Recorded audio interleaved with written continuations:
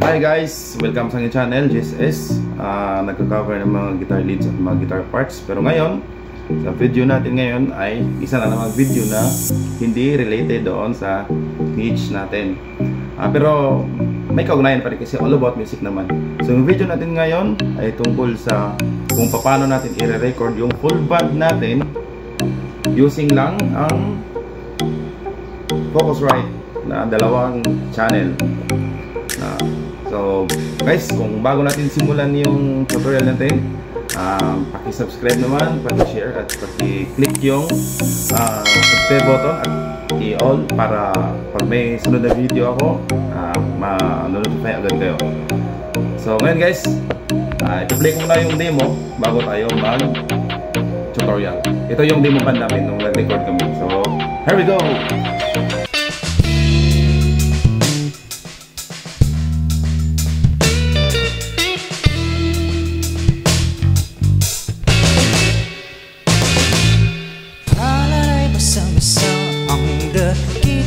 Damang-dama sa'kin kalam ng puno-puno na pananabik at nagkabaalim sa'king bawat paghinga nakatitig lamang sa iyo. So guys, magsisimula na tayo. So ito yung first step natin guys. So possibly, ipagpalagay na lang natin na hindi ko pa na-i-connect tong Focusrite 2 channels natin dito sa laptop. So ito yung first step. Off ko muna to para masundan nyo. Sundan nyo lang guys para mas madali nyo maintindihan yung pag-i-explain ko.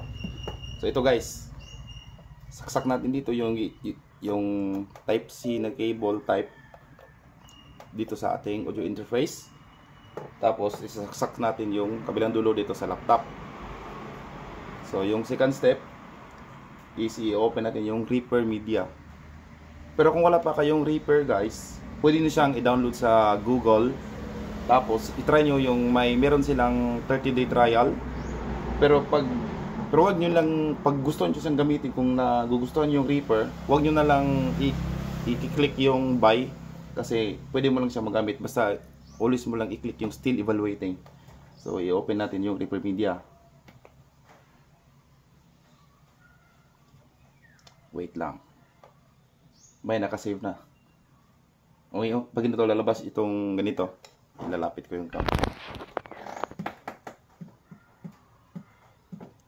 Pindutin lang natin yung still evaluating. Yan. So may old recording to guys. Mag-new file tayo, new project. Para masundan nyo. New project. Okay. So walang nakalagay dyan. So maglalagay muna tayo ng track. Insert new track. So ayan, nalabas na yung track. So hindi naman yan tutulong kung hindi natin i-connect yung ating Focusrite sa mixer. So mag-change cam muna ako guys para mas makita nyo kung paano ko ito i-connect sa mixer. So guys, nag-change cam na ako. So yung pangatlong step ay i-connect natin yung channel 1 ng ating audio interface sa main out ng ating mixer. Yan. So naka-connect na ito guys. Tinanggal ko na yung galing sa mga amplifier. So ito na yon. Pinalitan ko nito. So ikakabit natin to dito sa ating channel 1. So ayan, nakakabit na. Then yung next step, so guys, dapat yung mixer natin guys, ito yung magsisilbi nating extension dito sa channel 1. Parang yung isang channel niya nagiging parang 12 channel ata to, 16 channel to. Nagko-convert na siya ng 16 channel. So yung next step natin, para tumunog yan, i-connect natin itong para yung sa cellphone, tapos sa amplifier yung dulo. Dito natin isasaksak. May extension pala akong gamit guys. Ito. Dito sa ating headset portion. Yan. Sasaksak natin. Tapos yung dulo dito sa gagamitin nating amplifier para sa ating monitor.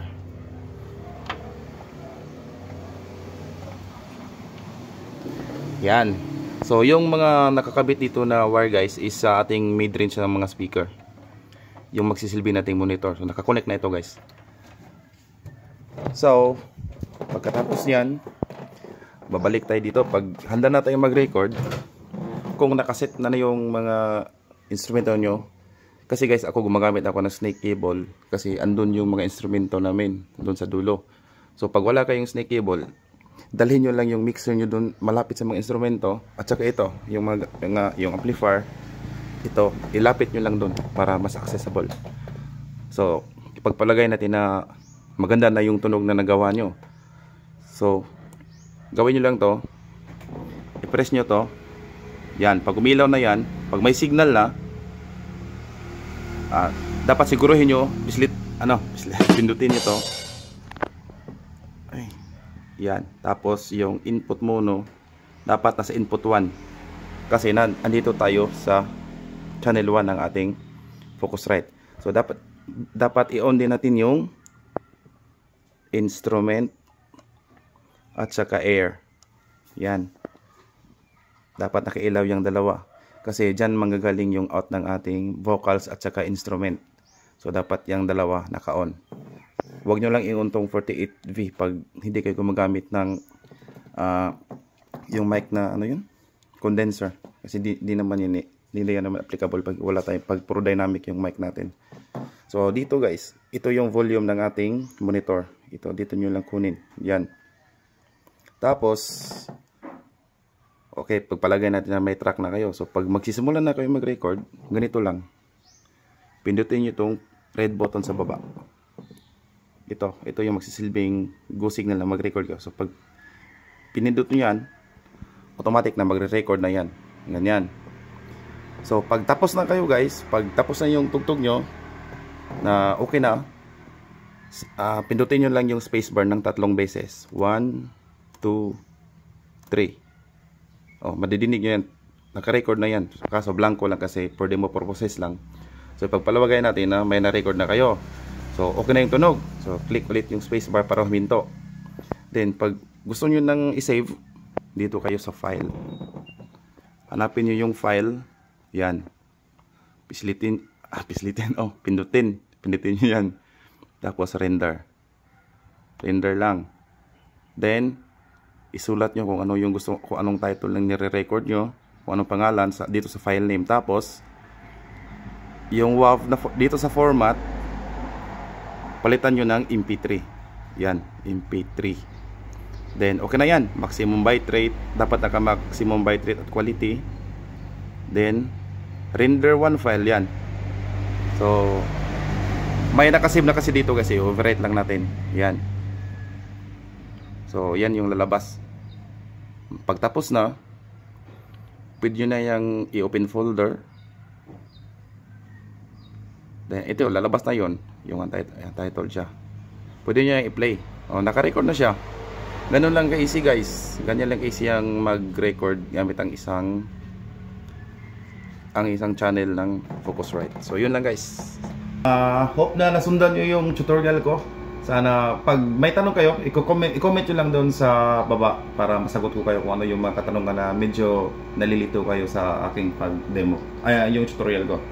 So guys, until next video, again, like, paki-subscribe at paki-share at saka paki-click din yung subscribe button at saka i-all nyo. So yun lang guys, until next video, bye-bye!